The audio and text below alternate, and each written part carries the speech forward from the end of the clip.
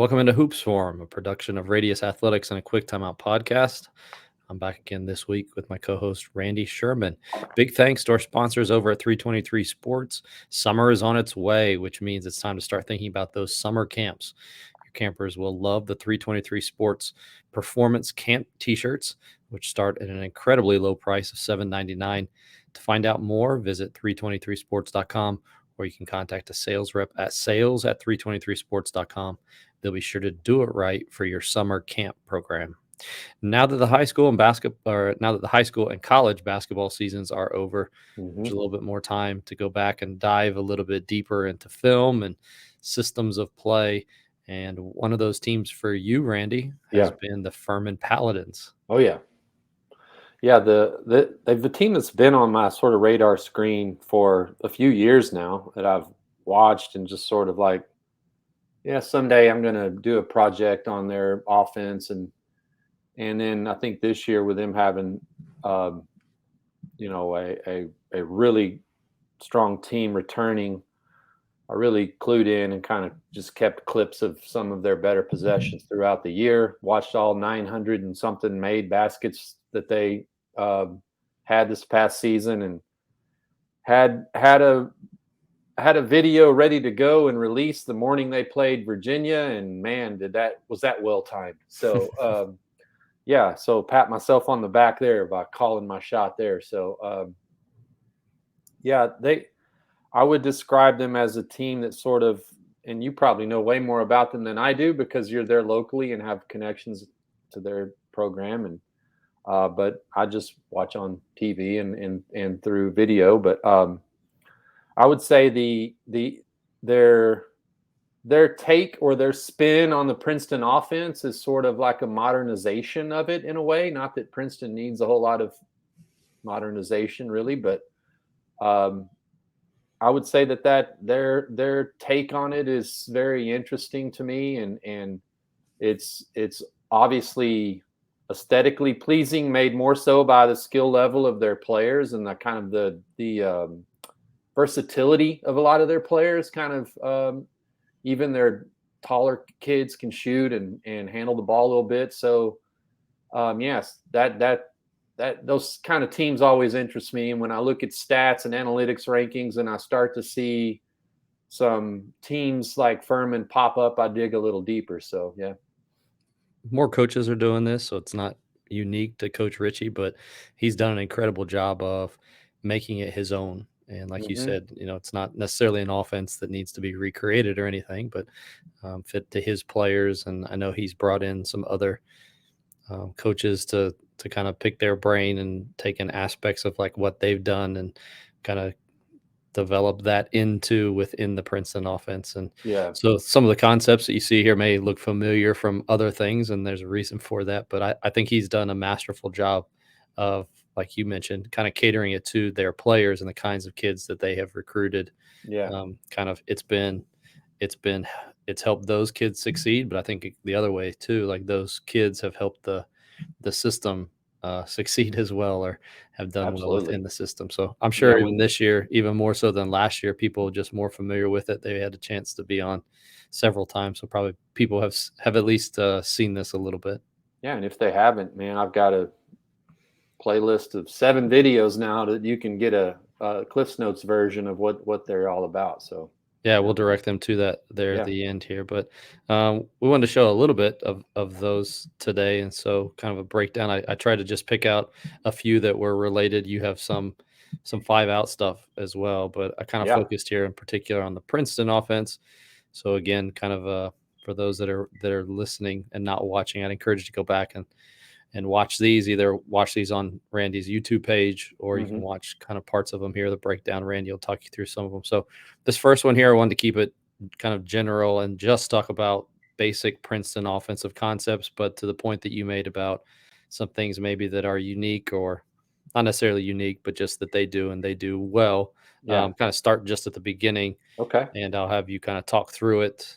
Again, this is something you talk through on the video itself, but I'll mute that and kind of let you point out what you want to from these first few seconds here of this first video. Yeah. While it gets going, I would say that they're 5 out and Princeton sort of bleed together. They sort of use that as a way to kind of a gateway into Princeton, if you will. So and I think that's what's great. One of the videos you showed was them coming down and that arriving that you talk a lot about, like arriving in the 5-out, but then how they just naturally transition into the Princeton stuff. And I think that that's one of those things I was alluding to. yeah, That they've kind of he's taken multiple things and put them together. Again, not like he created the wheel or anything, but just like reinventing things to fit what he likes to do, and kind of that they really do play with really great pace. And oh yeah, if you get the chance to go watch them practice, like their practices, everything about their practice resembles that. And so it's kind of it's a overall system philosophy that they've developed, not just an offensive philosophy that they've developed. So that's kind of cool to see. yeah. Leave it paused right here where you've got it. Some of the Princeton purists might be a little, I don't know if offended is the right word, but like, people that is like, this is how you run it, but like, if you know the rules, you can then bend the rules, right? So what you see here, some might not even say this is technically chin. I did, and I don't know. It's just my interpretation. I have no insight. But a lot of people would say for chin, you've got to have a guard-to-guard pass. So the guy in the left slot with his back to us, he's got the ball. He's kind of can't see it on the screen, but a lot of people would say you need a guard-to-guard pass for it to be truly chin. But with the post high on the right elbow away from us, and the defense lifted up off the baseline, we can get into chin or chin-like actions without the guard-to-guard pass. You can already see the guy holding up a fist to signal a back screen for the guy in the right slot. So in the right guard position. So again, what you said is like maybe some things like traditional, but like, hey, we could also do it this way, or we don't have to be so married to the constraints of the rules. So you're going to see, if you let it play, you're going to see the back screen. Now, he doesn't just wham the guy. He wants to screen, but it's not. But they get right into, there's the post opposite the ball. Normally they're on the ball side, and we get a guard-to-guard pass and then back screen for the passer. But here they just back screen for the other guy. Then they go back against the grain and pause it right here. This is probably my favorite thing in all of what is Princeton, is this concept that you see coming up. They give it to the wing. They don't throw the guy coming off the shuffle cut off the back screen. They're going to go right back to the passer, to the guy who passed it to the wing. And what you sometimes see, again, this is a little bit different. Sometimes in traditional Princeton, you'll see the guy who's about to receive the pass sort of walk in toward the elbow, the screener sort of arc around and get on top of him and sit what's called a drift screen. But they run it more just like a flare, a top flare. He's waiting to flare for him. If we throw it back and you receive the ball before, he screens for me, then it's just kind of like a ball screen. But you can go on and use the flare, curl the flare, and you'll see them do all of that as we come up. But the main thing is we want to rip it through and attack that space after the catch. And that's what you see. You got plenty of gap space on the other side of that. So there's the back screen, the pass, the return pass, ball screen, rip it through, attack that space. And it looks like 5-out at that point, right? Mm-hmm. Here's the same action. This time he's going to rip it through and drive and collapse the defense and kick. So, so here it is. Run that back just a second. To here, there you can see the guard-to-guard pass. Guard-to-guard. Now we can go off the screen, and there's the top flare. The top flare and the spotlight there. And then it sort of behaves like a ball screen then. And there's guard-to-guard pass, back screen, top flare. This guy goes under. Don't do that. Don't do that. It's sort of like pause it at that flare screen, Tony, right there. Okay. Yeah. So now what we teach players is and the screener and number 3 here about to receive this return pass is to read the defense. If the defense goes under that, we're going to 20 would change the angle and sort of pin him down in there so we can shoot behind the screen. If he's taken out by the screen, we can use the flare and just cut to the wing and throw it over the top. If he trails me tightly, I can curl the flare all the way to the rim. Here the guy goes under and pays the price. Yeah.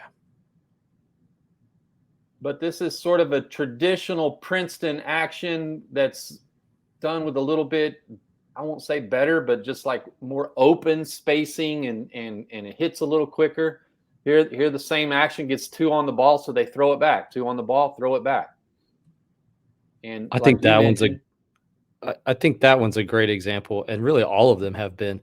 It goes beyond just reading how the defense plays you, but they do again an incredible job of playing to their player strengths. So that right there, Slauson was, I think everybody's familiar with him, but a pick and pop guy was player of the year in the SoCon, and previously the guy who set the screen rolled to the basket. They hit him with a pocket pass. He finished with a dunk. But what made them was so dangerous was they did have that ability to space you with that stretch 4, and that gave them like an extra tool in their toolkit of Princeton that made them, I think, even more dangerous. No doubt, because now you have to pick how you want to play this action, and we don't have to roll this guy all the time. If you want to play it as a get 2 on the ball, we can throw back, and you know what I mean? Like it's that versatility that I spoke of at the beginning that they've weaponized by making, taking some of these concepts and bending the rules with them. If you're ready, I'm going to go on to the next one. Okay. Those of you that are watching, we're only 2:17 into 4 minutes. And so I would encourage you to go back and watch the rest of these. But the point of this was to show you a little bit about what they did, but also to whet your appetite so you can go and check these out on your own.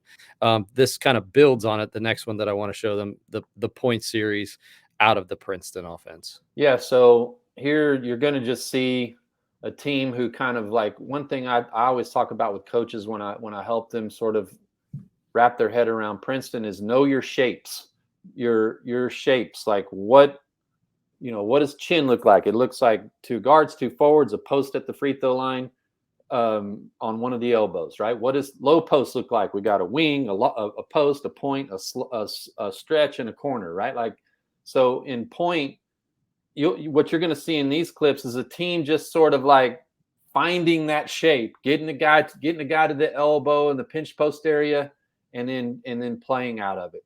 So and then when they do enter into the elbow, there's options for the passer then that sort of unlocks what happens next. They're either going to go point over, which you see here.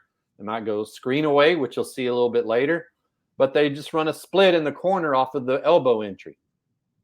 So see him just sort of find the shape. Here, I'll get in the pinch post, hit me, and you see the guy tell him, you get on that side. They know the shape, then they can just play off the action.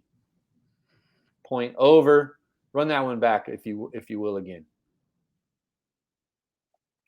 Yeah, so there's a split in the corner. He rejects it, and you play back to the pop man, chase your pass into a screen and roll. Same thing, point over. Yeah, so by over, we mean cutting over the pinch post. Does that make sense? Mm-hmm. And here's point top, which is just sort of kind of a reaction. Run it back to the beginning of that one, if you don't mind.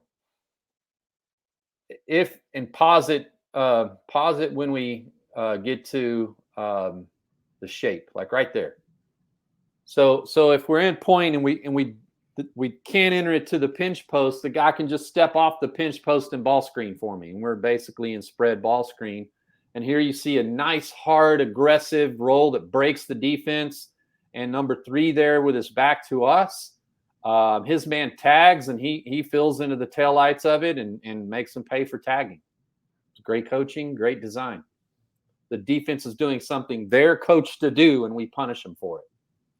Okay, so here's point screen away. So it's like the name after point comes from what the passer does after they enter the pinch. Does that make sense? So if it's point over, we cut over and get in a split in the corner. If it's point away, we enter it to the pinch and screen away from the ball with the guy in the stretch. There's a reject. The reject cut takes two defenders with it. Pop is wide open. So one to the rim, one to the pop. Point away, he slips it. The slip drew in the help defender, so the guy in the pinch skips it. Point away, curl, pop, dribble at, backdoor. That's just too pretty. You know what I mean? Like he's overplayed, like this guy's a great shooter. All right, they're going to curl pop, and I've been told in the scouting report that, don't leave that pop man. Don't get sucked in on the cut. Okay, well, you dribble at his butt cheek, he cuts backdoor, and there's the counter. Yeah, that one's good. And they're very good at getting to those just really instinctively. Like if something's taken away, they don't hesitate or they don't leave the X's and O's. They just instinctively get to the counter. Yeah. All right, let me go to the third one here just for time's sake here. But this next one, the chin to point over. Again, you're going to see some things in here that a Princeton purist might say is not technically chin because there's no guard-to-guard pass, but he just back screens for him, and it really doesn't matter, right? Like, call it the name, whatever. Like, you're hung up on the wrong things if you're worried about that. So we get it to the pinch off the back screen and go over, curl scores. So chin right into point when we enter the pinch. And then he goes over, corner split, curls the screen. We find the cutter. If we didn't hit the cutter, we could hit the pop man and chase it into a ball screen. We can go hand back right there off of the point over to and now we've got two on the ball. There's a great shooter we've thrown it back to, right? Created a 3v2. Oh, there's a great concept. Yes, let's talk about that. This is a great concept. So now they've created the 3v2 when they throw it back. The guy on the top of the two defenders over here does exactly what he's coached to do in a pick and pop situation. We got a stunt. Well, they counter that by cutting the stunt, by cutting that player that his man stunted, and punish a team for doing exactly what they're coached to do. Great stuff. So here it is again, I think. So the hand back gets two on the ball, throw back, stunt. Oops, I'm not where you left me. I'm not where you left me. Back screen, into point. There's a corner split. So the split in the corner, he rejects. The other guy pops back, and they just play the two-man game off the handoff. Guy went under, so he rescreened. Goes under the dribble handoff, so he turns it into a ball screen and brings it back. And the guy goes under that. Well, can't really go under against a lot of their players. All right, so let me leave the videos at that, and let me come back and just ask some general questions here because you've worked with coaches who've done this. I didn't ask you beforehand. Did you do much Princeton stuff when you were coaching? Some of the stuff that you see in their 5-out stuff, I did. Okay, and again, Randy has several videos for 5-out as well, and like we said, they've done a great job of blending the two together. And you saw even from the 3 videos that we picked, the blending of just the chin and then the point, and then they're just playing in the half court. Randy broke them down into individual parts, but usually safe to say they do about all of them within a possession if nothing is there. Whatever. They all just connect to each other, and that's where I want to go to next. So you've got a coach who wants to start doing this or wants to better teach it.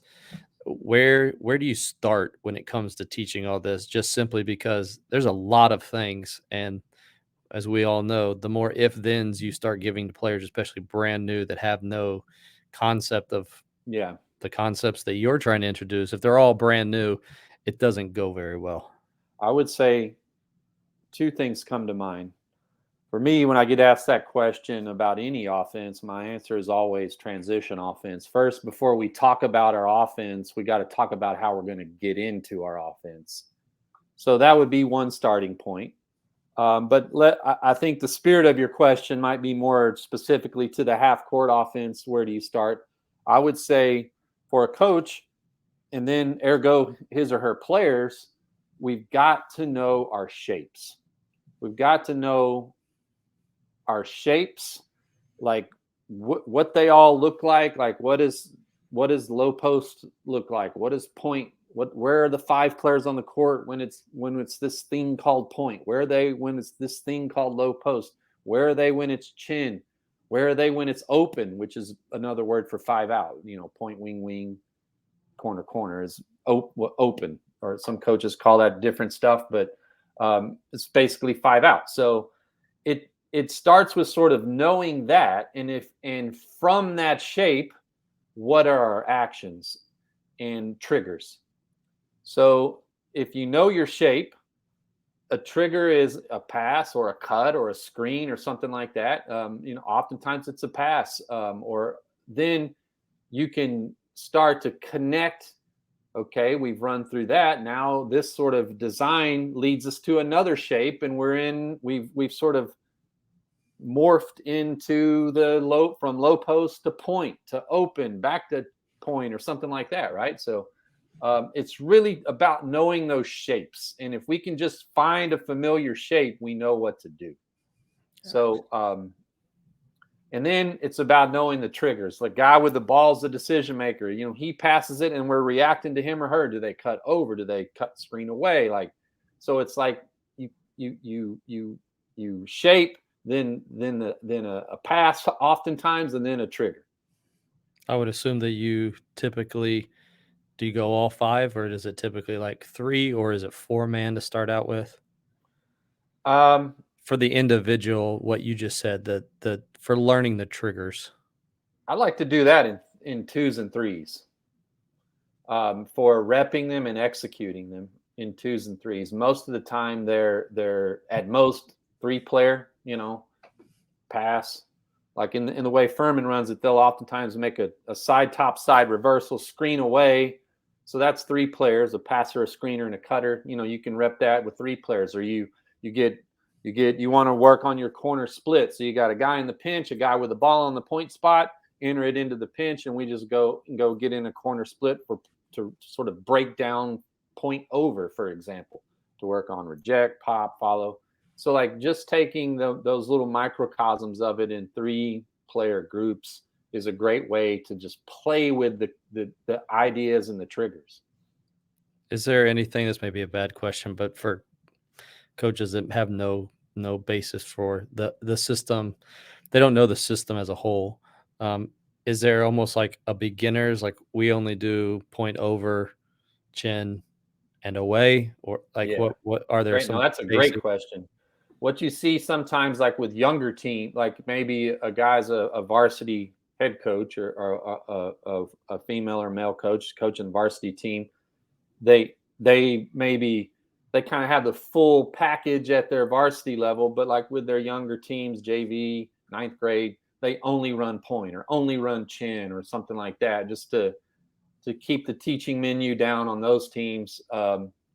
So, I think that I would probably start with either the 5 out or the chin. Mm-hmm. That's just me, but I mean, someone else would tell you differently. I've seen teams like it's our first year in Princeton, we only ran chin. And I think there's a lot of ways you could do, but I think the spirit of your question again was what's a way to regress it if it feels like a lot.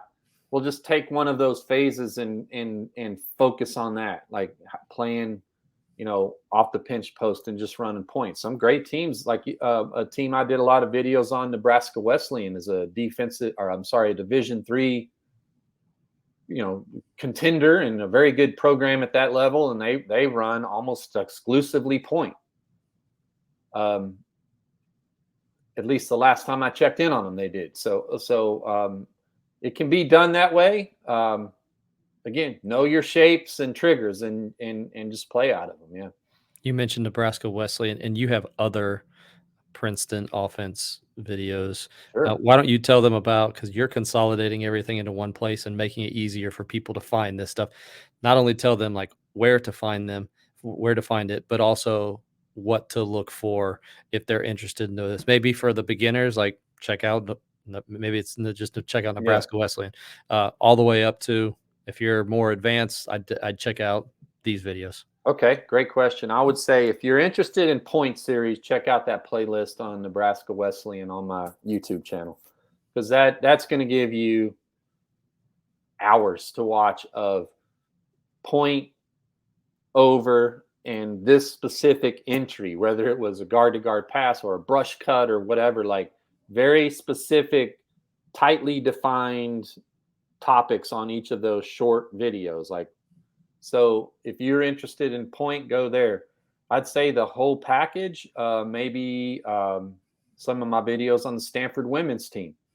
They ran through a lot of it. They do some things a little unique from traditional Princeton as well, but a lot of traditional Princeton there as well. I'd say I've got some videos on the Richmond Spiders, and then these Furman videos might be where I would point someone who's like, I want a kind of a hybrid, or a 5-out-ish hybrid, just sort of like a more modernish take on it.